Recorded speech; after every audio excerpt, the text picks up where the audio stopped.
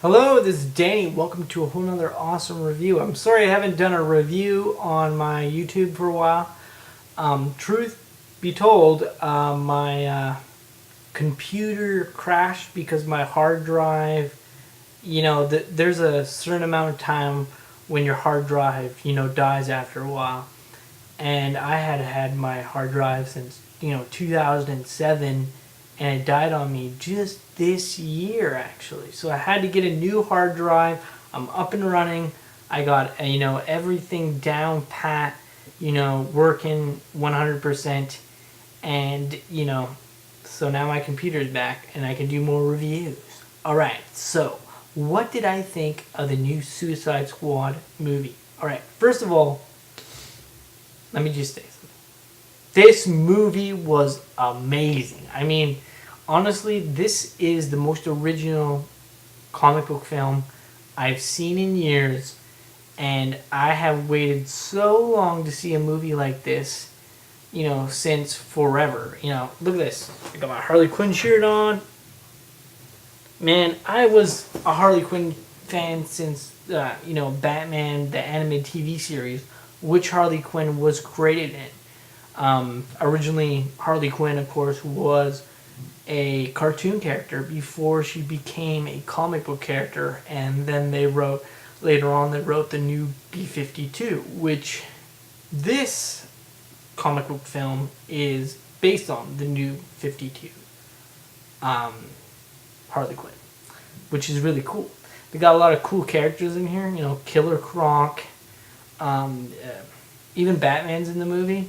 It's amazing, and this just goes to show you that you should never trust review sites. You should trust fans of the movie, because this movie was awesome. Rotten Tomatoes gave this movie bad reviews because basically Rotten Tomatoes doesn't care. I mean, look what they gave Ghostbusters. It got positive reviews, and it's like one of the worst movies ever made. Paul Feig's Ghostbusters is horrible, and it should have never been made. It was a cash grab by Sony. Where this movie by David Ayer gives fans everything they've wanted since Batman the Animated TV series. So Margaret Robbie's Harley Quinn is top notch in this movie. There's a scene where she's underwater, and I seen in an interview that she held her breath for 5 minutes to do that scene, and it's hilarious. Batman goes to save her and tries to give her mouth to mouth, and then she starts making out with Batman. That was funny as hell. I mean, this movie was awesome. It was awesome. It's just a whole lot of fun. In contrast to the seriousness of Batman versus Superman, this movie is just pure, fun, and that's what I liked about it. David Ayer gives a whole new style to the DC universe and separates himself entirely from the other movies probably in DC universe. It's more of a kind of a lighter field than how dark Batman vs Superman was, and that is really cool because you get a whole different tone.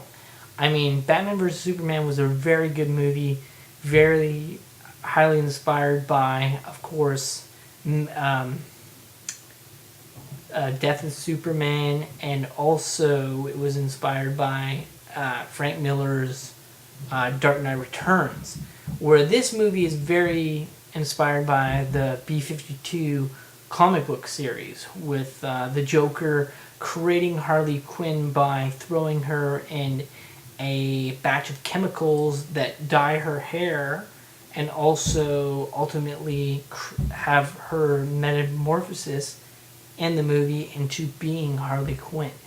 And it is just fantastic, all the way through. I mean, I can not say how much about how I like this movie. Jared Leto's Joker is fantastic. He is menacing, but he's also flamboyant. He's very different from the other Jokers very different from Jack Nicholson's or Heath Ledger's. Heath Ledger's is more of the kind of like the insane man that doesn't care, how many people he kills or what happens to him. Jack Nicholson's is a very controlled Joker, and he always has an ultimate plan on where he's going. Where Jared Leto's Joker is just unpredictable as hell, and you just don't know what he's gonna do. But you know that Jared Leto's Joker is very much in love with Harley Quinn, and that relationship really runs this movie. There are rumors right now that,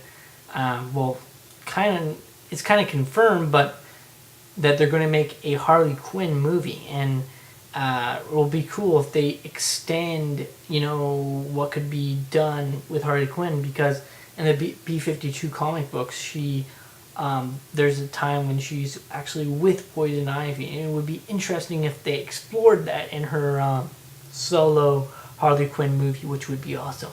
And hopefully we get more Joker. Joker is a lot in this movie, but I'm hoping that we'll get to see even more of him down the line in a Harley Quinn solo movie or Suicide Squad 2.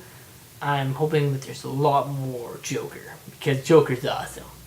But the person that stole the show in this movie is definitely Harley Quinn. And I'm not just saying that because I'm a Harley Quinn fanboy. I'm saying that because Harley Quinn is totally badass. And this is definitely going to be one of the best performances of Harley Quinn that we've seen. This is the first performance we ever seen, and she owns it. It's not like somebody's going to go and top her performance, because her performance is top notch. She does a lot of action scenes that are totally sweet. And, I like all the characters, in this movie. I liked Killer Croc. I liked Enchantress. I liked all of them, actually. And Killer Croc was surprisingly really a cool character. I liked how they used a lot of practical effects on Killer Croc, which really added to the movie. And you could tell that a lot of, time and effort was put into this movie. They filmed this movie entirely in Toronto. And Toronto looks a lot like Gotham because it's old and it's this broken down city. So you got lots of buildings that are really old landmarks, which you can make look like Gotham. And in contrast, Toronto does kind of look like Gotham when you think about it. Where they film in Vancouver, they film Metropolis because it looks all new and everything. Where in Toronto's everything is very, old and from a different decade, if you know what I mean.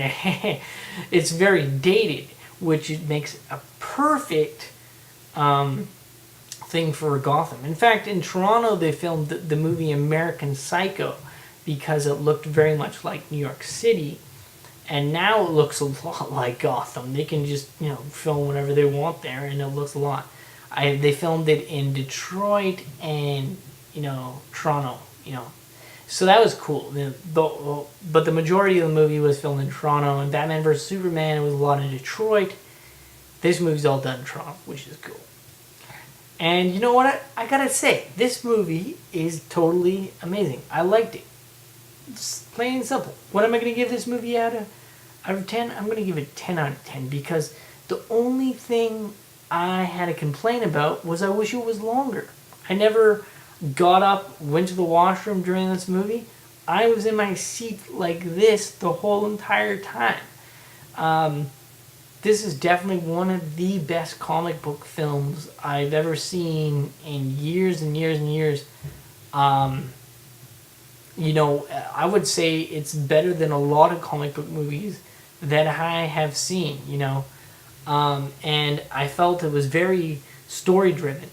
One of the things I really liked was Will Smith's Deadshot, who I thought was just totally badass. And they really explored his character in this, and you got to learn a lot about him. And it was really cool seeing his backstory about, that, his daughter didn't want him to kill Batman. And ultimately, he did not kill Batman because his daughter didn't want him to kill him. And then how he's recruited for Suicide Squad. That was really cool to see. Exploring Deadshot's backstory and really making him a character rather than just some guy who goes around kills people with a mask on. You really get a sense of who the character is, which is awesome. All the characters got really great backstories, I felt. There was some backstories that weren't really explored, but I'm wondering if they will be explored later on in another movie, such as Killer Croc. I felt could have been explored more, but I felt Killer Croc was a perfect character. He was really funny. He was a really interesting character, and it was really cool seeing, swim underwater. That was awesome. And the final scene of the movie just gave me everything I wanted and more. It was totally badass. I'm not going to give it away, but it was awesome. And there's even a little after credits scene that has to deal with, Justice League. So stay after the credits for this movie because you will get that. But all in all, I mean, this movie was amazing, and I could not say they could have made it any better than what it was. Now I'm hoping that we get an extended cut of this movie, and if Warner Brothers, you're listening, please, if there is an R-rated cut of this movie, release it on Blu-ray, because I think one of the movies that would really benefit from a R-rated cut would be Suicide Squad, even more so than Batman vs. Superman. And I know there's a bunch of scenes that they cut out. Margaret Robbie said that there was a scene with her with a machine gun that was cut out, and it would be totally badass if we get that on Blu-ray. And I'll be reviewing the Blu-ray, of course, here on YouTube, so stay tuned for that. But all in all, I mean, this movie was amazing, and I liked all the characters, and I liked the Suicide Squad, and Harley Quinn was top-notch. She's definitely the one character that steals the show. And Will Smith's Deadshot is also very good. So all in all, I would say go see this movie. It's fantastic. Go out to your local cinema and grab a popcorn and watch this movie because you will not regret it. And don't listen to any of the reviews from Rotten Tomatoes. Listen to your own sensibilities, okay? It's important that we don't take critics seriously because the real critics are yourself. Only you can be the critic, not the critics on the internet, not IGN, not Rotten Tomatoes. It's the people that are the critics. It is the fans, and this is a movie for the fans, made by a fan named David Ayer. And he did an awesome job, and I cannot say, how much I like this movie because I think he is an awesome director, and he has his own sense of style, such as Christopher Nolan, and he really adds to the fun and awesomeness of this movie. So definitely go to your local cinema, go see this movie, and you will not be disappointed. And have an awesome night, everyone.